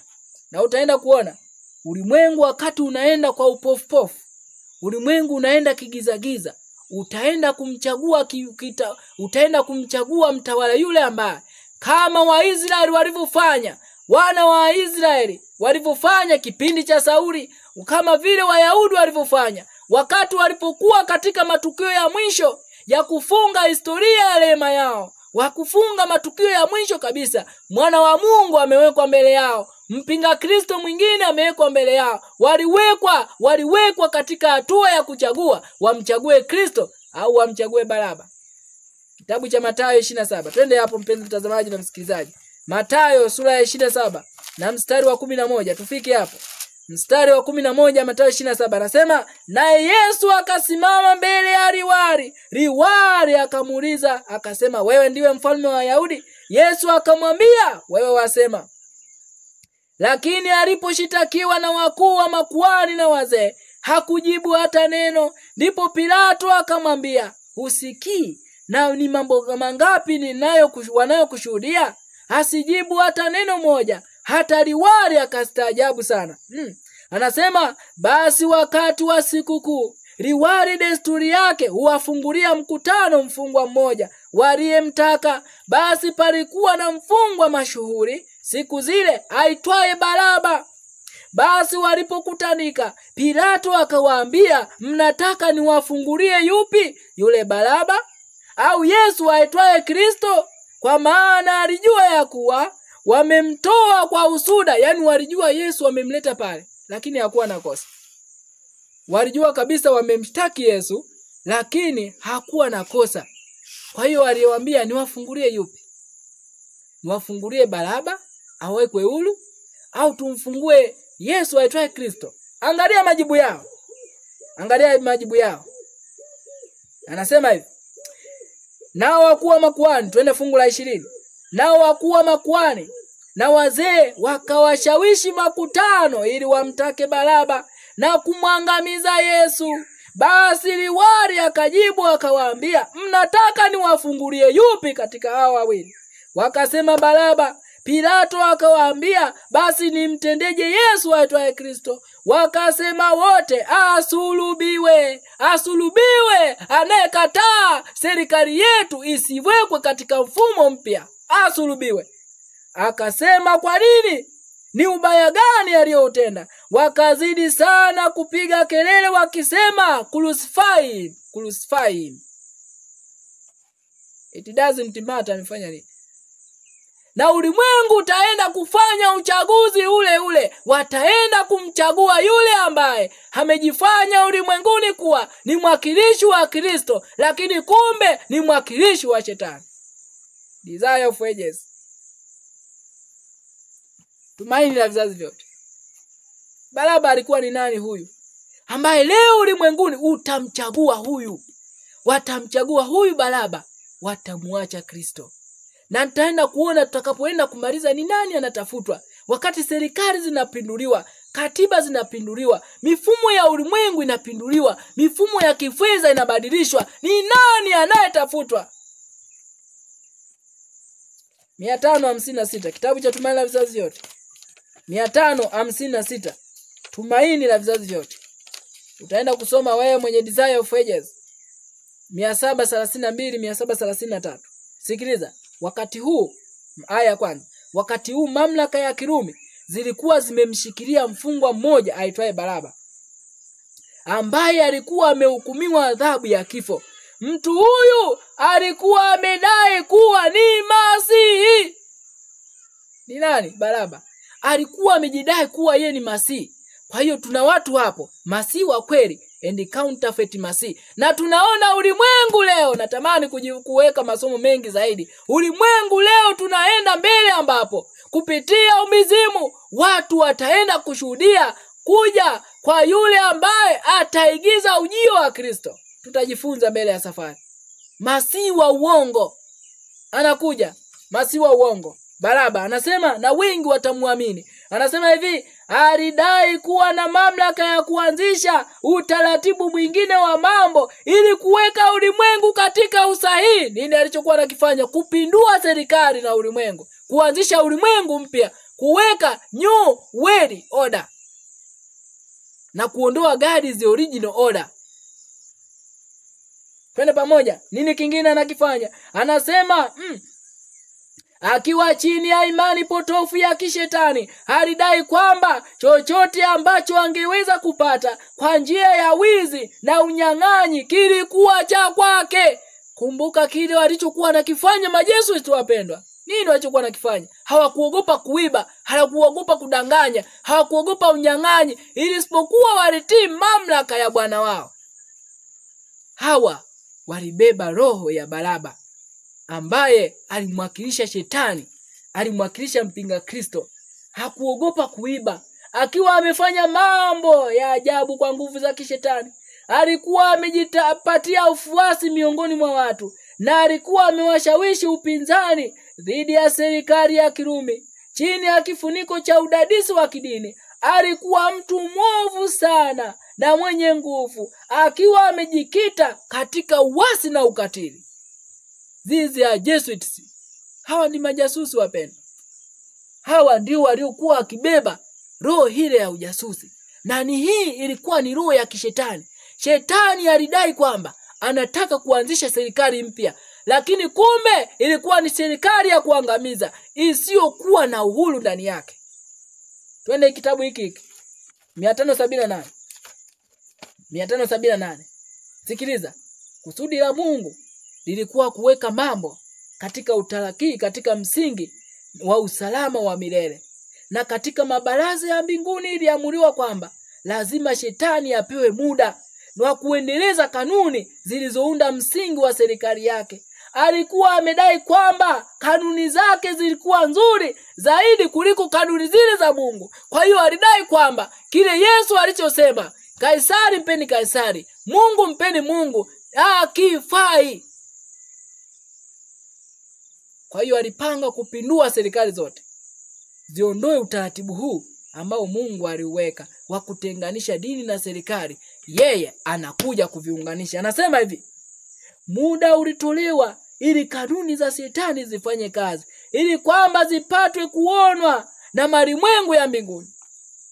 Hiyo ilikuwa ni sera ya shetani, ili aonekane kile ambacho aliwashawishi watu kukifanya, kile ambacho alishawishi mamlaka za ulimwengu kuifanya. Tawala za kidunia leo wanalia, na wengine kwa upofu, pasipo kujua what is behind this. Kila movement ina siri iliyo nyuma. Usifate mkumbo. Na vijana wengi wanasombwa kwa sababu vijana wengi hawana akili ya kufikiria. Wamekuwa ni idle minded. Akili nyingi za vijana zimekuwa ni idle. Hawafanyi chochote, zimekuwa wazi. Kwa hiyo shetani anakuja kufanya makao na kuwashawishi kufanya uovu, na kwa urahisi wanakubali, pasipo kujua ni nini kipo nyuma. Chochote unachoambiwa, lazima ufikirie what is behind this. Je, ni cha Mungu ama cha shetani? Alafu fanya maamuzi. Usiambiwe kitu tayari unakimbia. You are not a robot. Lazima tuwe watu tunaofikiria. Kama kijana, lazima nionyeshe kweli akili zangu ni za kijana, mtu ambaye ninafikiria.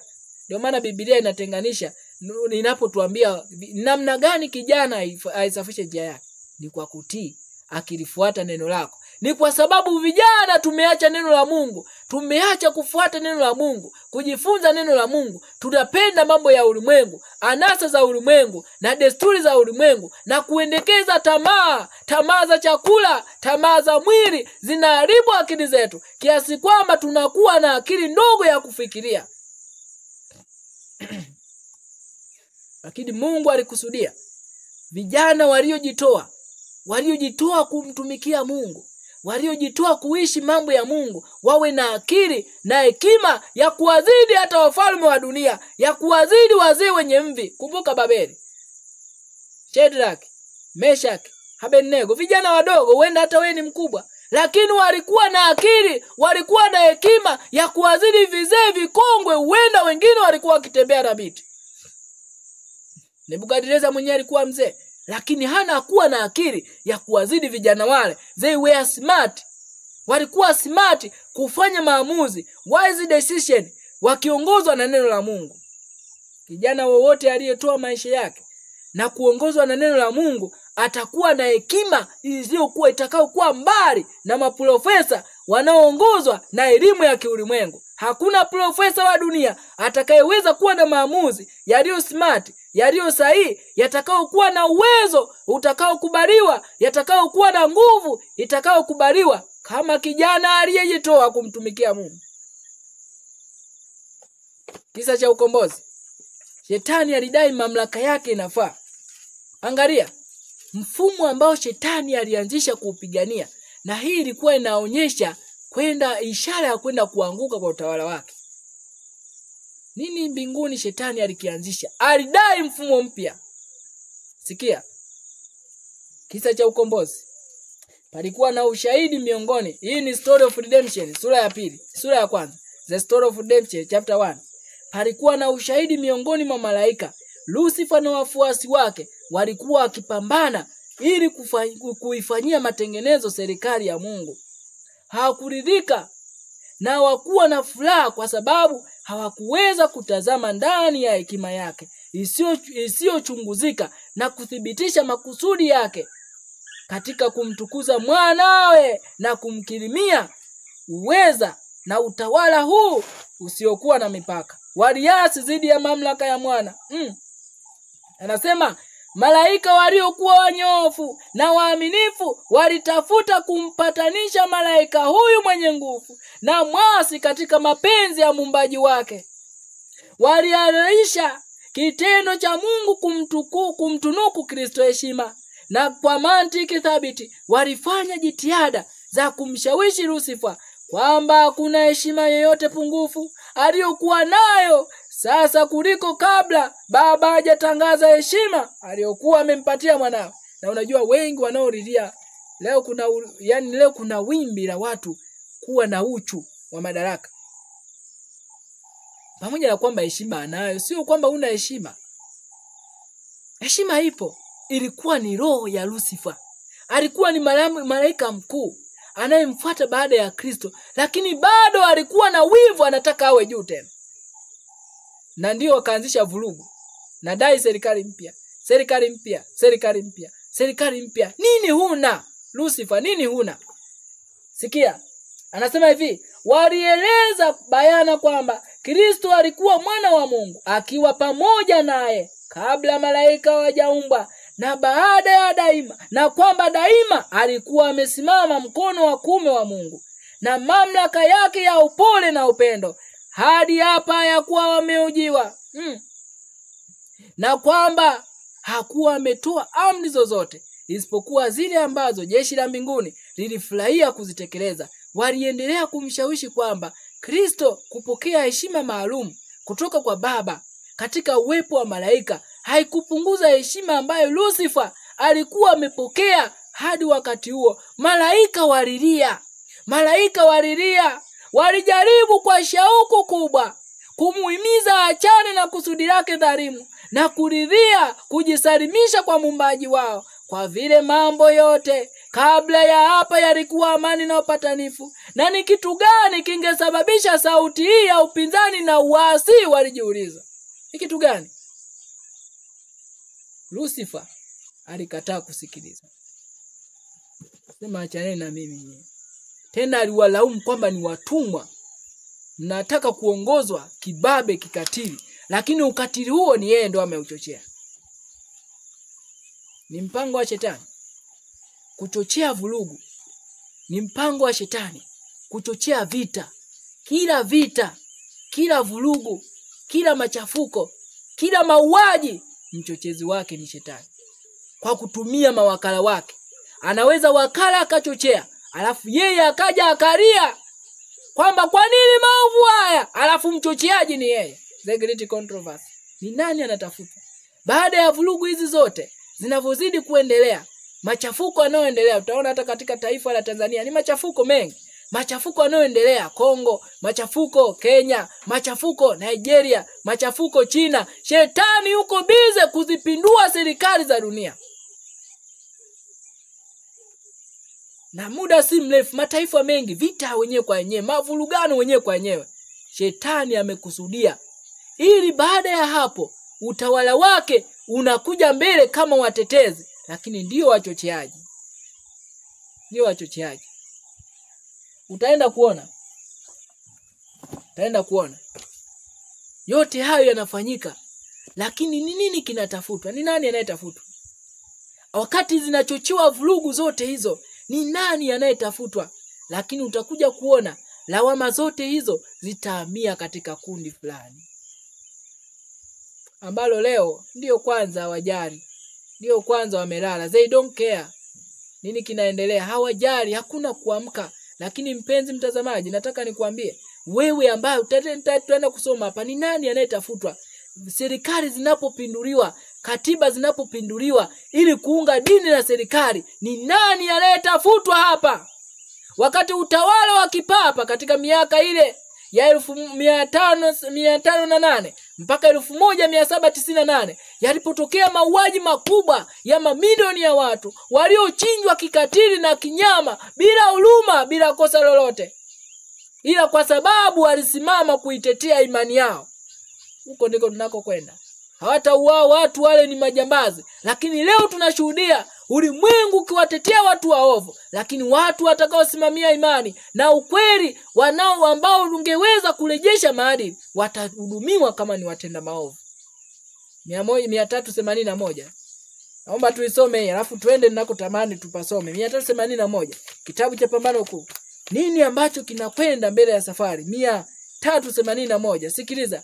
381. Aya ambayo inaanza 380, The Great Controversy, page 457 458. Anasema hivi. Anasema na Biblia inafundisha wazi kwamba wakati unakaribia ambapo sheria za serikali, katiba za serikali zitapingana kabisa na sheria ya Mungu. Kwa hiyo yeyote atakayetii amri zote za Mungu ni lazima akabiliane na adhabu kama mtenda maovu. Tunarudishwa wapi? Katika zama za giza. Sheria za serikali zitapingana kabisa na sheria ya Mungu. Sheria ya serikali tumesoma kwenye njama za majasusi. Serikali zinapenda, kumbuka katiba ya Marekani iliwekwa katika misingi ya kidini na ni dini ya Mungu wa kweli. Lakini haya majasusi yanakwenda kuvunja katiba na kuondoa. Alafu kuweka katiba ambayo itaenda kuunganisha vya Mungu na vya Kaisari, kukandamiza uhuru wa dhamiri. Mtu asiamue anavyotaka, lakini aamue kwa kufuata matakwa ya papa. Blasphemy. Makufuru haya. Sikiliza. 488. Wakati shetani akileta hayo yote, vurugu na machafuko, ni nani anayetafutwa? Ndiye ataenda kupandikizwa kosa hilo na ulimwengu wote. Mathayo 24:9. Saa inakuja watu ulimwenguni kote watawachukia watu wa Mungu kwa sababu ya jina la Kristo. 488. The Great Controversy, page 589 590. 488 aya ya kwanza anasema, wakati akionekana kwa wana wa wanadamu kama tabibu mkuu ambaye anaweza kuponya magonjwa yao yote, ataleta magonjwa na majanga mpaka miji maarufu inaharibiwa kwa kuangamizwa na kuacha ukiwa. Naomba uangalie kwa nini leo machafuko yakitokea ni miji maarufu inakuwa ni miji maarufu ndio inakuwa wahanga wakubwa. Ni mpango wa shetani kuangamiza miji maarufu, iachwe ukiwa, iangamizwe, alafu lawama anapewa mwingine. Mchochiaji anaachwa, anacheka tu pembeni, nimewaweza. Alafu anakuja, jamani mimi nina tiba, kumbe ndio muuaji mkubwa. Sikiliza. Anasema hivi, hata sasa shetani yuko kazini. Shetani anatumia nguvu zake katika ajali na majanga yanayotokea baharini na katika nchi kavu, katika mlipuko mikubwa ya mioto, katika tufani na dhoruba, katika vimbunga, mafuriko, tufani, katika kuumuka kwa mawimbi na matetemeko ya nchi, katika mahari na maisha, katika kila mahali kwa njia maelfu hugarikisha mazao yaliyokomaa mashambani. Njaa na dhiki hufuatia. Anaingiza uvundo wa vitu vilivyokufa katika hewa na kusababisha watu maelfu kuangamia kwa magonjwa ya kuambukiza. Majanga haya yatazidi kuongezeka. Tena zaidi, anasema zaidi, tena mara kwa mara. Na kuleta maafa zaidi. Leo tunashuhudia hata dhoruba iliyotokea Jamaica. Watu wengi wamepotea. Ufilipino, maisha wengi yanapotea. Ni nani msababishi? Shetani. Lakini utaenda lawama, anaenda kupandikizwa nani? Ni nani anayetafutwa? Sikiliza, anasema hivi, uangamizaji utakuwa kwa wote, kwa mwanadamu na kwa mnyama.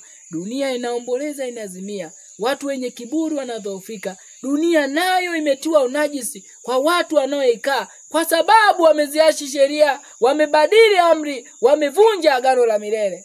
Anasema, na kisha mdanganyaji mkuu, wakati majanga yakazidi kutokea, yakiangamiza maelfu, matetemeko ya nchi yakiendelea kutokea, yakiangamiza na kusomba maelfu ya watu. Halafu angalia lawama zinaenda kwa nani? Utasikiliza dokumenti moja ya mamlaka ya Papa. Walishaitoa muda. Walitoa dokumenti yao.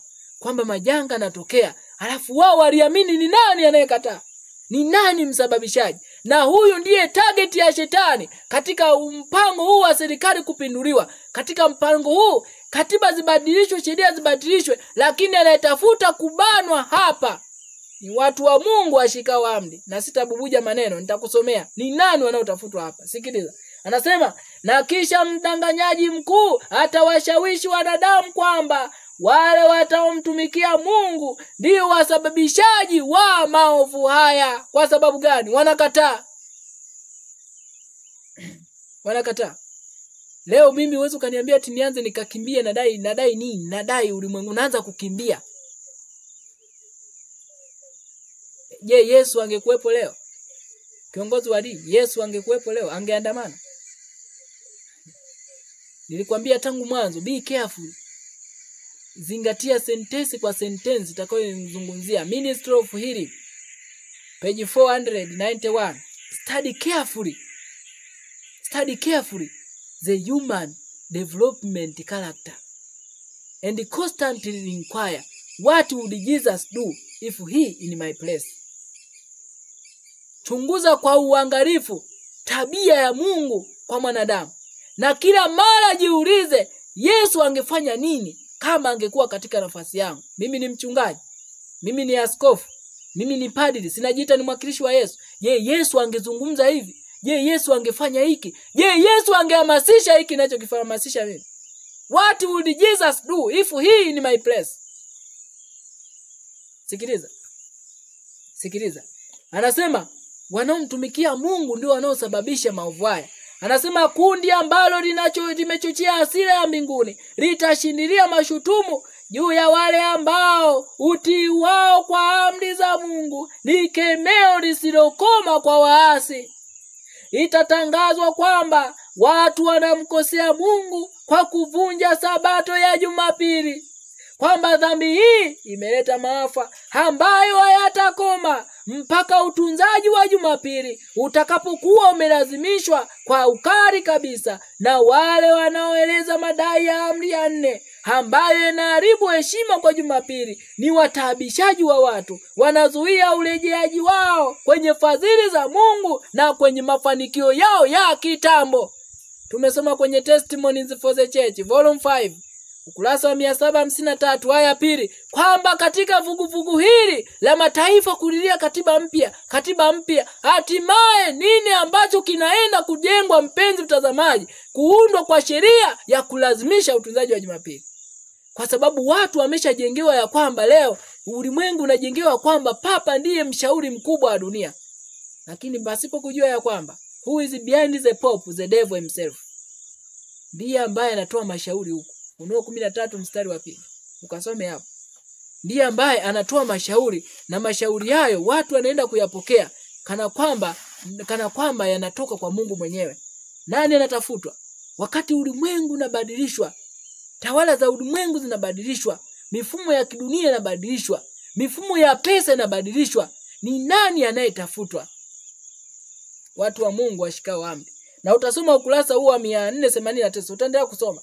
Wakati haya yote shetani anayasababisha, anasema hawataria. Naomba nikusomee sentensi hiyo, mpenzi mtazamaji. Naomba nikusomee sentensi hiyo.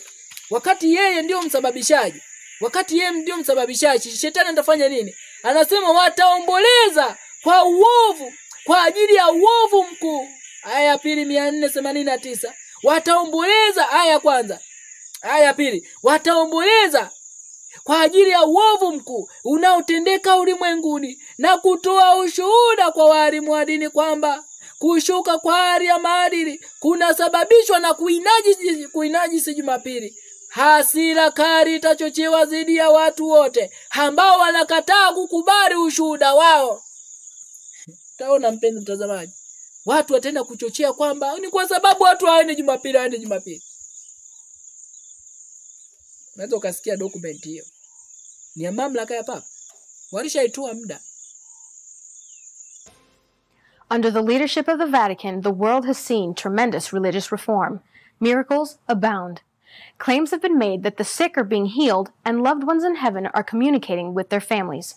However, even under our new leadership, natural disasters are steadily increasing at an alarming rate. His Excellency the Pope has stated that he believes the reason for this is that God is displeased with a small group of heretics that refuse to keep the Sunday Sabbath holy. World citizens are encouraged to report anyone that either chooses another day of worship or that refuses to worship altogether. These people are a danger to the human race.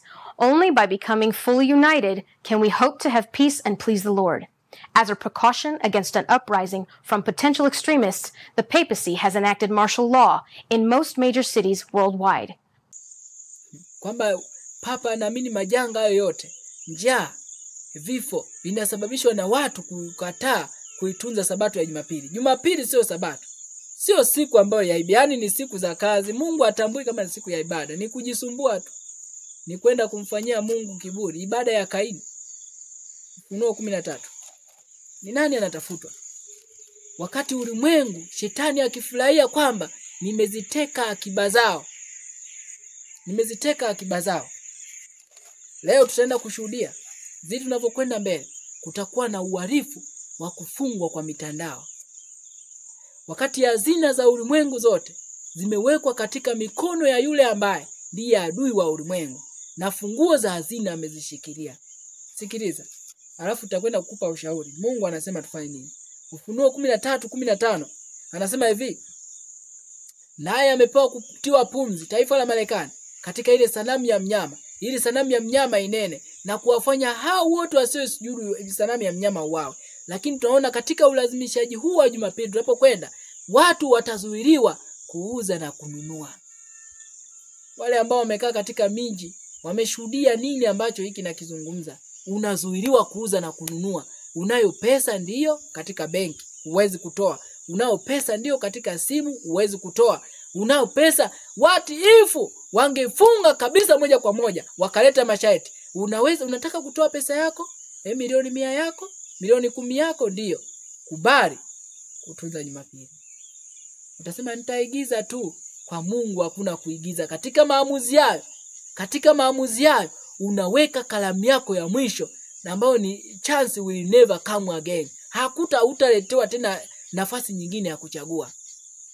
Hiko ndiko tunachokwenda wapenzi. Mitandao, cyber lockdown, wengi wamehisi ni utani, lakini unapokwenda utakwenda kufanyika tu. Na ndipo Mungu anatuambia kitabu cha Mathayo 6:19. Mathayo 6:19. Tutamsoma Mathayo 6:19. Nini Yesu alichokizungumza kwa hekima tu alitoa. Sikiliza. Mathayo 6:19 alisema hivi: msijiwekea hazina duniani, nondo na kutu viharibupo na wezi kuvunja na kuiba. Unadhani ni wapi? Mwizi ni nani? Huyu mfalme wa Ashuru. Hazina imewekwa duniani. Pesa zimelumbikizwa, milioni 100, milioni 80 zimewekwa benki. Wakati watu wanaangamia kwa kukosa nuru ya uzima. Umekosa nini? Ndio maana Light zinatuambia watu watainuka baadaye kukubali kutoa pesa zao ili zifanye kazi ya Mungu when it will be too late. Naomba nifanye. Zina kazi gani? Mungu ategemei pesa, lakini kwa sababu amewapatia watu pesa wasije kujiona hatia baadaye, ndio maana anaruhusu ziingizwe katika kazi. Haya, toeni kama zinanunua vitabu, zijenge nini, kwa sababu amewapatia. Lakini Mungu hategemei pesa kwenye kazi yake. Hategemei pesa kwenye kazi yake. Lakini kwa sababu amewapatia watu, ni lazima zitumike kwa ajili yake. Lakini watu wameziweka kwenye mikono ya mfalme wa Ashuru, ambaye anajisifu, nimeziteka nyara akiba zao, na muda si mrefu nitakata kamba inayoshikilia akiba hizo. Benki zimefungwa, mitandao imefungwa. Ni wakati ambapo kama watu tulivyoonywa kidogo tu ni kukaa kutafakari. Umenipatia pesa, ninataka niitumie kwa utukufu wa jina lako. Ni kuomba Bwana atakupatia hekima. Bwana atakupatia hekima. Yakobo 5. Yakobo sura ya 5. Wale ambao watangangania ili kuendelea kumaintain, nataka niendelee kuwa tajiri, ambao hawatajitoa kama Yusufu wa Arimathaya pamoja na Nikodemo. Afadhali niwe fukara katika ulimwengu huu, lakini uwe tajiri katika hazina ya mbinguni. Waibrania utasoma sura ya 10 mstari wa 34, 35. Anasema tena mnikubali kwa furaha kunyang'anywa mali zenu, kunyang'anywa chochote mlicho nacho, mkijua ya kwamba nafsini mwenu mna mali iliyo njema idumuyo. Walikuwa na nini? Walikuwa na imani ya Yesu. Walikuwa na tabia ambayo ilimtangaza Yesu katika ulimwengu huu. Hawakujali kuhusiana na mali za kidunia, maana zote walizitoa kwa ajili ya Kristo. Hawakuzilimbikiza katika mabenki, hakuzilimbikiza wakati mfalme wa Ashuru alipoenda kuzikusanya kama mayai yaliyoachwa, halafu walipoleta kwa masharti, wengi walisujudu. Timotheo wa kwanza 6:10. Tusome Yakobo 5 mstari wa 2. Mali zenu haya basi, enyi matajiri, rieni mkapige yoe kwa sababu ya mashaka yenu yanayowajia.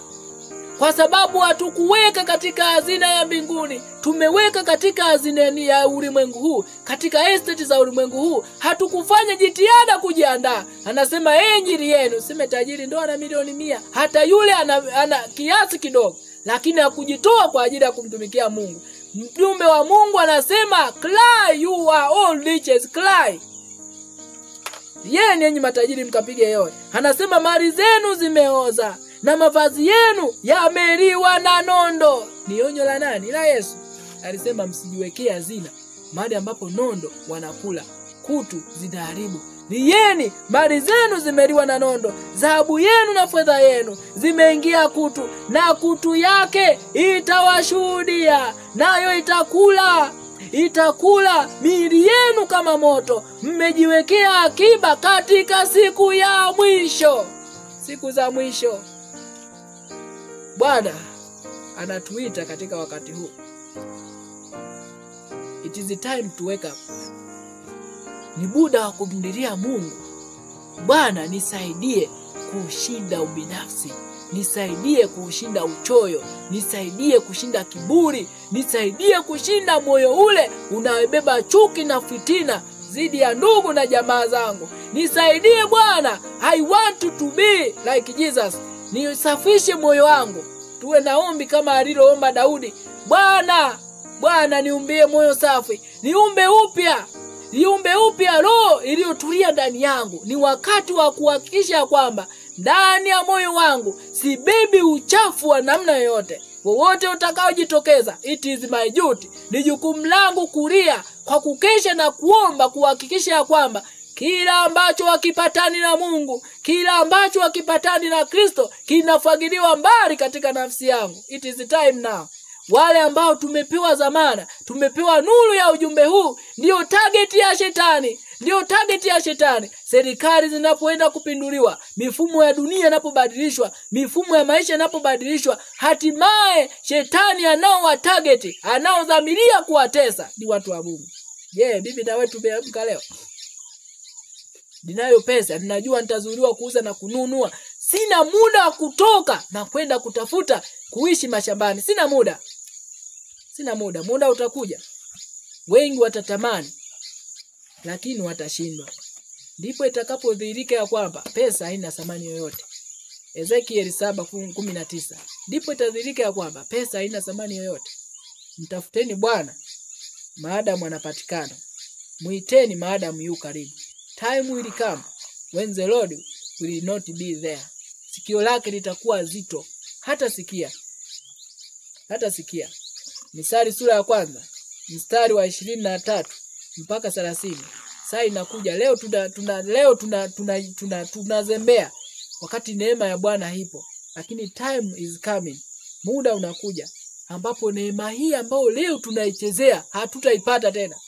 Fursa hii ambayo leo tunaichezea hatutaipata tena. It is the time now. Ni wakati sasa kutumia fursa ambayo Bwana ametupatia kwa ajili ya kufanya maandalizi yetu kiroho. Ni kuhakikisha kwamba sina mtu ninayegombana naye leo. Sina mtu. Kama una mtu unagombana naye leo, una chuki naye leo, una bifu, umembeba, unagombana na mtu fulani, ni wakati wa kulia. You are in a danger zone. Uko katika hatari. Uko katika hatari. Hatari ya kuwa nje ya Kristo na kumbeba shetani ndani yako. It is the time kumwambia Kristo, kaa ndani yangu, shetani toka ndani yangu. Mungu awabariki wale ambao tumekuwa pamoja kupitia media hii ya The Final Warning TV. Ninaamini kwamba kama ambavyo mimi nimebarikiwa, nasi sote tuliotazama na kusikiliza, Bwana ametubariki. Basi mwisho wa tafakari hii ni mwanzo wa tafakari nyingine. Ninatumai kukutana tena na nyinyi, Bwana atupatie hapo nafasi. Basi tunapokwenda kufunga tafakari yetu, nadhani mnaona masaa ya giza yameingia. Tunapofunga tafakari yetu, niwakaribishe tupige magoti kwa ajili ya ombi. Tuombe. Baba yetu mtakatifu, Baba uketie juu mbinguni, asante kwa sababu ya upendo wako kwa kumtoa mwanao mpendwa Yesu Kristo aliyekubali kufa kwa ajili yetu. Na kwa neema yake umetupatia upendeleo wa kusogea karibu na wewe. Asante kwa nuru hii ya thamani ambayo umetufunulia katika saa hii. Asante kwa ujumbe huu, mkate wa uzima kutoka mbinguni ulioulisha nafsi zetu. Bwana, asante kwa sababu umedhihirisha kwamba unatutafuta. Bado unamtafuta mama yule, unamtafuta kijana yule, bado unamtafuta binti na baba yule ambaye ametanga mbali na wewe ili akurejee. Bado unanitafuta mimi Bwana, ili nizidi kujitoa mikononi mwako na kusafishwa na kutakaswa na uovu wote. Tusaidie katika ujumbe kama hizi. Ujumbe huu unapotupatia na kuzifikia nafsi zetu, wenda ukamfikia kiongozi fulani wa serikali ya tawala za kidunia. Msaidie Bwana, hata kama amefungwa, wenda ukamfikia hata wale ambao wamefungwa katika kifungo cha majasuti. Bwana, wasaidie wale ambao wanatamani kuwekwa huru, hata kama watajitoa kafara maisha yao. Wapatie nguvu kwa ajili ya kukimbia utawala wa kishetani. Asante kwa kuwa wewe ni mwema. Asante kwa sababu utazidi kutujalia nguvu na msaada wa pekee ili kusonga mbele tunapokutazama, tunapokungojea ujapo hivi upesi. Tusafishe maisha yetu, tupatie tabia itakayofanana na wewe, ili tunapokungojea na kukutazama na kukusubiri, tusaidie Bwana tukuone na tukafurahie ujio wako. Tusikukimbie Bwana tutakapokuja. Asante kwa kuwa wewe ni mwema, umesikia na kujibu maombi yetu kwa uaminifu. Tunaomba kupitia jina la Bwana wetu Yesu Kristo. Amen.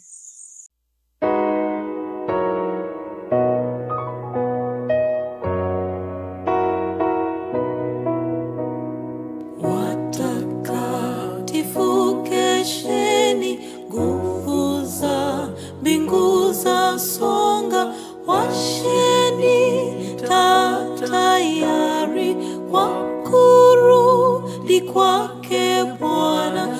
Yuaja Yesu mfalme, yuaja mwenye fahari. Yesu yuaja enzini, karibu Yesu uje. Piga mbiu tangazeni habari ya ukombozi, ya mponya wa upendo, nayo nguvu ya samaha. Yuaja Yesu mfalme, yuaja mwenye fahari. Yesu yuaja enzini, karibu Yesu uje. Mataifa yapotea, nchi za